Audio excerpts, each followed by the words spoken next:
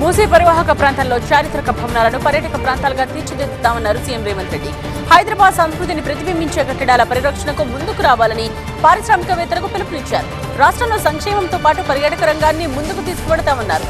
హైదరాబాద్లోని పలు పురాతన మెట్ల బావుల పునరుద్ధరణకు సిఐఐతో రాష్ట్ర పర్యాటక శాఖ ఒప్పందం చేసుకుంది. ఈ కార్యక్రమానికి హాజరైన సీఎం మూసీ ప్రక్షాళనను ప్రభుత్వం ప్రతిష్టాత్మకంగా తీసుకుందన్నారు. తెలంగాణకు పెట్టుబడులే లక్ష్యంగా డిప్యూటీ సీఎం భట్టి విక్రమార్క విదేశీ పర్యటన కొనసాగుతోంది. అమెరికన్ కంపెనీలతో కలిసి తెలంగాణ వ్యాపార బంధం బలోపేతానికి కృషి చేస్తున్నారు. హైదరాబాద్ ఫ్యూచర్ సిటీలో పెట్టుబడులకు ఆహ్వానం పలికారు. తెలంగాణలో పెట్టుబడులు పెట్టాలని మైన్ ఎక్స్పో ఇంటర్నేషనల్ సదస్సులో యువ పారిశ్రామికవేత్తలకు పిలుపునిచ్చారు. కరీంనగర్ స్మార్ట్ సిటీ పెండింగ్ పనులపై సమీక్షించారు మంత్రి పొన్నం ప్రభాకర్. పెండింగ్ పనులను వెంటనే పూర్తి చేయాలని అధికారులను ఆదేశించారు. ఎన్జీటీ కేసులు తీసుకోవాల్సిన చర్యలను అడిగి తెలుసుకున్నారు. నేను యూట్యూబ్ నుండి నెలకి 20 లక్షలు సంపాదిస్తున్నా. మీరు నా నుండి నేర్చుకోవాలనుకుంటున్నారా? అయితే ఇప్పుడే ఫ్రీడమ్ యాప్ని డౌన్లోడ్ చేసుకోండి. ప్రాజెక్టులో మొత్తం 47 పనులు ప్రారంభించగా ఇప్పటి వరకు 25 పనులు పూర్తయినట్టుగా అధికారులు మంత్రి దృష్టికి తీసుకొచ్చారు. ఈ సమీక్షకు మున్సిపల్ శాఖ ప్రిన్సిపల్ సెక్రటరీ దానకిషోర్తో పాటు ఉన్నతాధికారులు హాజరయ్యారు. హైడ్రాపై కొందరు దుష్ప్రచారం చేస్తున్నారన్నారు హైడ్రా చీఫ్ రంగనాథ్. మూసీ పరివాహక ప్రాంతంలో కూల్చివేతలు అంటూ ప్రచారం చేయడం సరికాదన్నారు. మూసీ పరివాహక ప్రాంతంలో తాము ఎవరికీ నోటీసులు ఇవ్వలేదన్నారు. కూల్చివేతల కోసం హైడ్రా ఏ సర్వేలో భాగంగా లేదని స్పష్టం చేశారు. ఇవాళ మూసీ పరిధిలో కూల్చివేతలు ఉంటాయన్న ప్రచారం నిజం కాదన్నారు. తెలంగాణలో వరద బాధితుల కోసం భారీ విరాళం ఇచ్చింది భారత్ బయోటెక్ కంపెనీ. ముఖ్యమంత్రి సహాయ నిధికి ₹1 కోటి విరాళం చెక్కును అందజేసింది. సచివాలయంలో సీఎం రేవంత్ ను కలిసి సంస్థ ప్రతినిధులు చెక్కును అందజేశారు.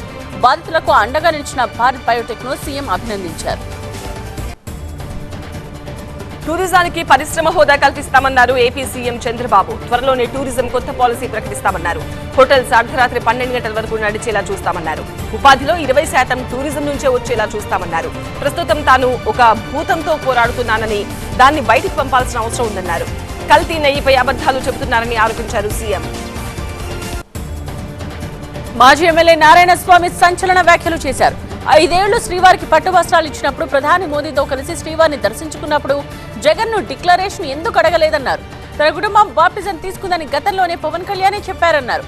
పవన్ కళ్యాణ్ రష్యన్ వనితను పెళ్లి చేసుకున్నాడని, క్రిస్టియన్ అని చెప్పుకున్నాడన్నారు. తిరుమలకు వస్తున్న పవన్ కళ్యాణ్ ను డిక్లరేషన్ ఇవ్వమని అడిగే దమ్ము, ధైర్యం బీజేపీ, టీడీపీ నేతలకు ఉందా అన్నారు నారాయణ స్వామి. హైదరాబాద్ లోని మంత్రి పొంగులేటి ఇంట్లో ఈడీ సోదాలు అర్ధరాత్రి వరకు కొనసాగాయి. నిన్న ఉదయం నుంచి మొదలైన సోదాలు దాదాపు 17 గంటల పాటు సాగాయి. టీడీఎస్ స్కామ్ తో పాటు వాచ్ల కొనుగోలు వ్యవహారంలో తనిఖీలు చేశారు.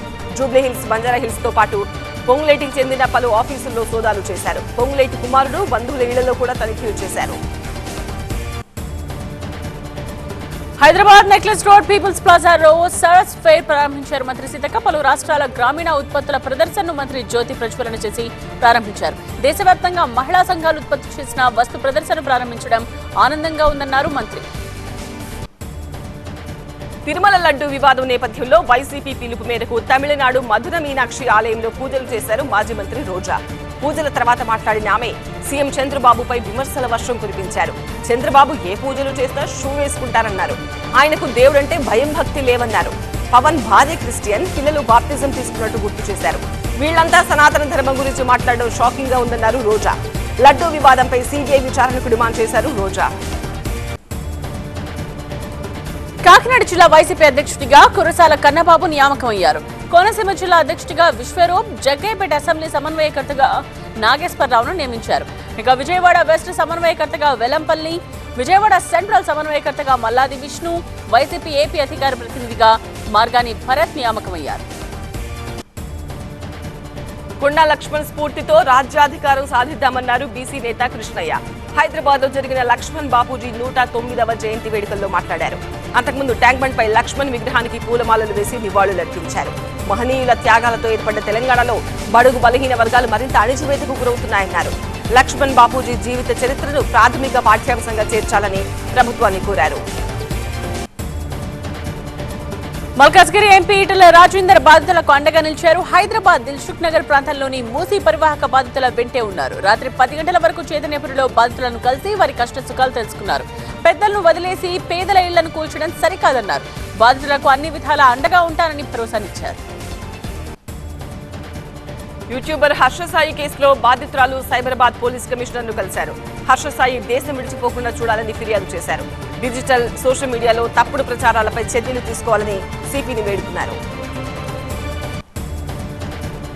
Hyderabad Victoria memorial homes aided school principal Prabhudas ను ఏసీబీ అరెస్ట్ చేసింది. స్కూల్లో పనుల కోసం టెండర్స్ ను పిలిచి కాంట్రాక్టర్స్ తో కుమ్మక్కయ్యాడు. ఓ వ్యక్తి నుండి 30,000 లంచం తీసుకుంటూ ఉండగా ప్రిన్సిపల్ ప్రభుదాస్ ను ఏసీబీ అధికారులు రెడ్ హ్యాండెడ్ గా పట్టుకున్నారు. హైదరాబాద్ మైలార్దేవ్పల్లి మధుబన్ కాలనీలో ఒక వివాహిత ఆత్మహత్య చేసుకుంది. భర్త వేధింపులు తట్టుకోలేక ఇంట్లో సీలింగ్ ఫ్యాన్ కు ఉరివేసుకుంది. కుటుంబ సభ్యుల ఫిర్యాదుతో పోలీసులు ఘటనా స్థలాన్ని సందర్శించారు. డెడ్ బాడీని పోస్ట్ మార్టం కోసం ఆసుపత్రికి తరలించి దర్యాప్తు ప్రారంభించారు. తమిళనాడులో ఏటీఎంల చోరీ ముఠాను పోలీసులు అరెస్ట్ చేశారు. నామక్కల్ కుమారపాలెంలో ర్యాష్ డ్రైవింగ్ విషయంలో ఓ కంటైనర్ ను పోలీసులు వెంబడించారు. కంటైనర్ లో ఒక కార్ భారీగా డబ్బు చూసి అవాక్కయ్యారు. పోలీసులపై రాబరీ గ్యాంగ్ కాల్పులకు దిగడంతో పోలీసులు తిరిగి కాల్చారు. ఈ కాల్పుల్లో ఒకరు చనిపోగా మరొకరికి గాయాలయ్యారు. అల్లూరు జిల్లాలో భారీగా గంజాయిని పట్టుకున్నారు పోలీసులు. ముంచంగిపుట్టు మండలం అసరాడ దగ్గర తనిఖీల్లో ఒక కారు తరలించి 8.5 క్వింటాల గంజాయిని గుర్తించారు. ఒకరిని అదుపులోకి తీసుకుని పరారీలో ఉన్న మరో 2 కోసం గాలిస్తున్నారు. గంజాయి రవాణాపై ప్రత్యేకంగా ఫోకస్ చేసినట్టు చెప్పారు ఏఎస్పీ ధీరజ్. చిత్తూరు జిల్లా వ్యాప్తంగా భారీ వర్షం కురిసింది. పూతలపట్టు, కాణిపాకం, ఐరాల, తవడంపల్లిలో రహదారులు జలమయంగా మారాయి. కాణిపాకం ఆలయం ప్రాంగణంలోకి భారీగా వరద చేరింది. అడుగు మేర చేరిన నీటితో క్యూ లైన్స్ లో ఉన్న భక్తులు ఇబ్బంది పడ్డారు. వరసిద్ధి వినాయకుడి బ్రహ్మోత్సవాల్లో ఆఖరి రోజు తెప్పోత్సవంలో భారీ వర్షంతో అర్చకులు, భక్తులు ఇబ్బంది పడ్డారు. సనాతన ధర్మాన్ని రక్షిస్తున్న తమకు రక్షణ కరువైందని బ్రాహ్మణ సంఘం నేతలు ఆవేదన వ్యక్తం చేశారు. తన ఇంట్లో పూజలు చేసుకుంటున్న బ్రాహ్మణుడిపై దాడి చేసిన వారిపై కఠిన చర్యలు తీసుకోవాలని పోలీసులను కోరారు. హైదరాబాద్ బర్కత్పురాలో నిర్వహించిన సమావేశంలో బాధిత బ్రాహ్మణుడు ప్రసాద్ శర్మతో కలిసి బ్రాహ్మణ సంఘం నేతలు మాట్లాడారు. కామారెడ్డి జిల్లాలో లింగ నిర్ధారణ కేసులో ప్రభుత్వ వైద్యుడిని మహారాష్ట్ర పోలీసులు అరెస్ట్ చేశారు. మహారాష్ట్ర లాతూర్ జిల్లాకు చెందిన ఒక మహిళ 4 నెలల క్రితం కామారెడ్డిలోని సమన్విత ఆసుపత్రికి వచ్చింది. లింగ నిర్ధారణ పరీక్ష చేయాలని వైద్యుడిని కోరింది. ఆడ శిశువుగా నిర్ధారించారు ప్రవీణ్ అనే డాక్టర్. ఆడపిల్ల వద్దని భావించిన మహిళ మహారాష్ట్రకు వెళ్లి అబార్షన్ చేయించుకుంది. విషయం బయటపడటంతో డాక్టర్ను మహారాష్ట్ర పోలీసులు అదుపులోకి తీసుకున్నారు. జగిత్యాల జిల్లా ధర్మపురి లక్ష్మీ నరసింహస్వామి వారిని దర్శించుకున్నారు కమలానంద భారతీ స్వామి పీఠాధిపతి. ఆలయానికి వచ్చిన పీఠాధిపతికి అర్చకులు పూర్ణ కుంభం మేళతాళాలతో ఘన స్వాగతం పలికారు. ప్రత్యేక పూజల అనంతరం ఆలయ ఈవో శ్రీనివాస్ పీఠాధిపతికి శేషవస్త్రం, స్వామివారి చిత్రపటాన్ని బహుకరించారు. ఏపీ మైనింగ్ శాఖ మాజీ డైరెక్టర్ వెంకటరెడ్డికి కోర్టు రిమాండ్ విధించింది. అక్టోబర్ 10 వరకు 14 రోజుల పాటు రిమాండ్ విధించడంతో వెంకటరెడ్డిని ఏసీబీ అధికారులు జైలుకు తరలించారు. మైనింగ్ అనుమతుల్లో అవినీతికి పాల్పడినట్టు ఆయనపై ఆరోపణలున్నాయి. బంగాళాఖాతంలో అల్పపీడనంతో శ్రీకాకుళం జిల్లాలో 2 రోజులుగా వర్షాలు కురుస్తున్నాయి. భారీ వర్షానికి సంతబొమ్మాలి మండలం జగన్నాథపురం జలదిగ్బంధంలో చిక్కుకుంది. ఓ కాలనీలో వరద ఇళ్లను ముంచెత్తడంతో అవస్థలు పడుతున్నారు. తాగునీటి బావుల చుట్టూ వరద నీరు ఉండిపోవడంతో ఇబ్బందులు పెరిగాయి. ఇక జేసీబీతో వరద నీటిని బయటకు పంపుతున్నారు గ్రామస్తులు. సార్వత్రిక ఎన్నికల్లో శ్రీకాకుళం జిల్లా ఆమదల వలస నుండి స్వతంత్ర అభ్యర్థిగా పోటీ చేసిన సురేష్ పై దాడి జరిగింది. బోర్చ మండలం కాండియాన్లో ఇసుక ర్యాంప్ అక్రమాలపై ప్రశ్నించినందుకే తనపై ఎమ్మెల్యే కూన రవికుమార్ అనుచరులు దాడి చేసినట్టు సురేష్ ఆరోపించాడు. ప్రభుత్వ అధికారిక ఇసుక ర్యాంప్ దగ్గరే ఎమ్మెల్యే అనుచరులు ఇతర వాహనాల్లో ఇసుకను అక్రమంగా తరలిస్తున్నారని ఆరోపించారు. ఎమ్మెల్యే కూన రవితో తనకు ప్రాణహాని ఉందని పోలీసులు రక్షణ కల్పించాలని కోరుతున్నాడు బాధితుడు సురేష్. పండగల రద్దీ దృష్ట్యా రైల్వే శాఖ భారీగా ప్రత్యేక రైళ్లు ఏర్పాటు చేసింది. 5,975 రైళ్లను నడపాలని నిర్ణయించింది. మరో 108 రైళ్లకు సాధారణ కోచ్లను పెంచింది. దసరా, దీపావళి, ఛట్ పూజల నేపథ్యంలో దేశవ్యాప్తంగా రద్దీ ఎక్కువగా ఉండే అవకాశం ఉండడంతో రైళ్ల సంఖ్య పెంచింది. సొంతూళ్లకు వెళ్లే వారికి ప్రత్యేక రైళ్లు ఉపయోగపడతాయని చెబుతోంది. ఇవాళ భారత రాష్ట్రపతి ముర్ము హైదరాబాద్ కు రానున్నారు. మధ్యాహ్నం 12 గంటల ప్రాంతంలో బేగంపేట ఎయిర్పోర్ట్ కు చేరుకుంటారు. ప్రభుత్వం తరఫున మంత్రి సీతక్క ముర్ముకు స్వాగతం పలుకుతారు. స్వాగతం నుండి వీడ్కోలు వరకు రాష్ట్రపతి వెంటే ఉంటారు సీతక్క. ఈ పర్యటనలో భాగంగా నల్సా వర్సిటీ స్నాతకోత్సవానికి హాజరవుతారు ముర్ము. ఏపీలో కెమికల్స్, పెట్రోకెమికల్స్ రంగంలో పెట్టుబడులను ఆకర్షించడం, ఔత్సాహికులను ప్రోత్సహించడమే లక్ష్యంగా ఫిక్కీ ఆధ్వర్యంలో పారిశ్రామికవేత్తల సమావేశం విశాఖలో జరిగింది. అక్టోబర్ 17 నుంచి 19 వరకు ముంబైలో ఇండియా కెమ్ 13వ ద్వైవార్షిక అంతర్జాతీయ ప్రదర్శన సమావేశం జరగబోతోంది. అందులో భాగంగా విశాఖలో పారిశ్రామికవేత్తలు, అధికారులు సమావేశమయ్యారు. ఈ మీటింగ్ కు కేంద్ర రసాయనాలు, పెట్రోకెమికల్స్ కార్యదర్శి నివేదిత శుక్లవర్మ హాజరయ్యారు. గుజరాత్ వరదల్లో చిక్కుకున్న తమిళనాడు, పుదుచ్చేరి భక్తులను సురక్షితంగా రక్షించారు అధికారులు. తీర్థయాత్రలో భాగంగా గుజరాత్ పర్యటిస్తున్న యాత్రికుల బస్ భావ్నగర్ జిల్లా కొలియా గ్రామ సమీపంలో ప్రమాదంలో చిక్కుకుంది. ఉధృతంగా ప్రవహిస్తున్న వాగు కల్వర్ట్పై బస్ ఆగిపోయింది. సమాచారం అందుకున్న సహాయక సిబ్బంది 27 మంది యాత్రికులను కాపాడారు. హిమాచల్ ప్రదేశ్ లోని సిమ్లాలో పలు రాజకీయ పార్టీలతో కలిసి శాంతి సద్భావన ర్యాలీ చేపట్టారు ప్రజలు. రాష్ట్రంలో శాంతి సామరస్యాన్ని కాపాడేందుకు ఈ శాంతి సద్భావన మార్చులు చేపట్టామని తెలిపారు. రాజ్యాంగాన్ని కాపాడాలని ర్యాలీలో ప్లకార్డులు ప్రదర్శించారు. కర్ణాటక సీఎం సిద్దరామయ్యపై ఆ రాష్ట్ర లోకాయుక్త ఎఫ్ఐఆర్ నమోదు చేసింది. ముడా స్కామ్ల ఆరోపణలు ఎదుర్కొంటున్న సిద్దరామయ్యతో పాటు ఆయన భార్య, బావమర్తిపై ఎఫ్ఐఆర్ నమోదైంది. ఇప్పటికే కర్ణాటకలో సీబీఐ విచారణకు అనుమతి ఉపసంహరించారు సిద్దరామయ్య. ఇప్పుడు లోకాయుక్త ఎఫ్ఐఆర్ నమోదు చేయడంతో ఆయన చుట్టూ ఉచ్చు బిగుస్తోంది. కర్ణాటకలో సీబీఐ విచారణకు అనుమతి ఉపసంహరిస్తూ తీసుకున్న కేబినెట్ నిర్ణయాన్ని వెనక్కి తీసుకోవాలన్నారు కేంద్ర మంత్రి కుమారస్వామి. ముడా స్కామ్ లో సీఎం సిద్దరామయ్య సీబీఐ నుంచి తప్పించుకోవాలనుకున్నా లోకాయుక్త నుంచి తప్పించుకోలేరని తెలిపారు. ఢిల్లీలో గాలి కాలుష్యాన్ని అరికట్టడంలో ఎయిర్ క్వాలిటీ మేనేజ్మెంట్ కమిషన్ విఫలమైందని సుప్రీంకోర్టు ఆగ్రహం వ్యక్తం చేసింది. గాలి నాణ్యత పర్యవేక్షణ, వాయు కాలుష్య నియంత్రణకు చర్యలు తీసుకోలేదని మండిపడింది. పంట వ్యర్థాలను కాల్చడం విషయంలో ఎలాంటి కమిటీలు ఏర్పాటు చేయలేదని ఉన్నత న్యాయస్థానం ఆగ్రహం వ్యక్తం చేసింది. కాలుష్య నియంత్రణ కోసం కమిషన్ మరింత చురుగ్గా వ్యవహరించాలని ఆదేశించింది.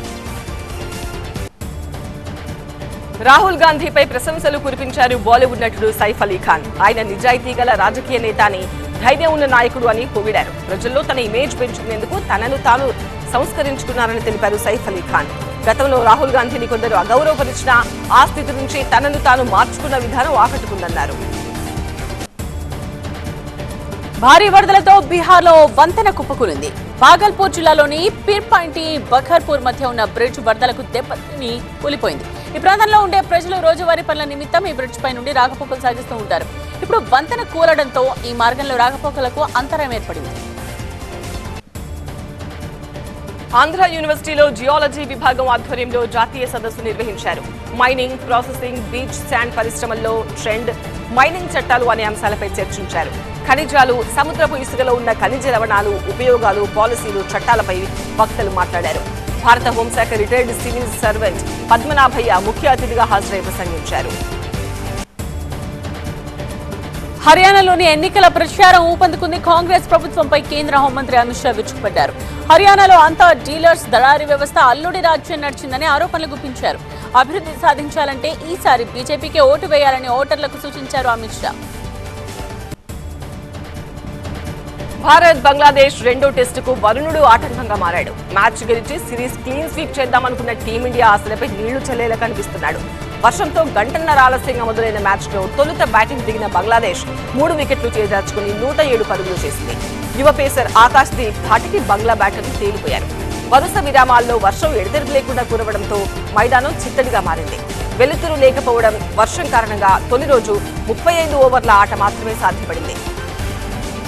మొమినుల్ హక్, ముష్ఫికర్ రహీం క్రీజ్ లో ఉన్నారు. భారత బౌలర్లలో ఆకాశ్ దీప్ 2 వికెట్లతో రాణించాడు.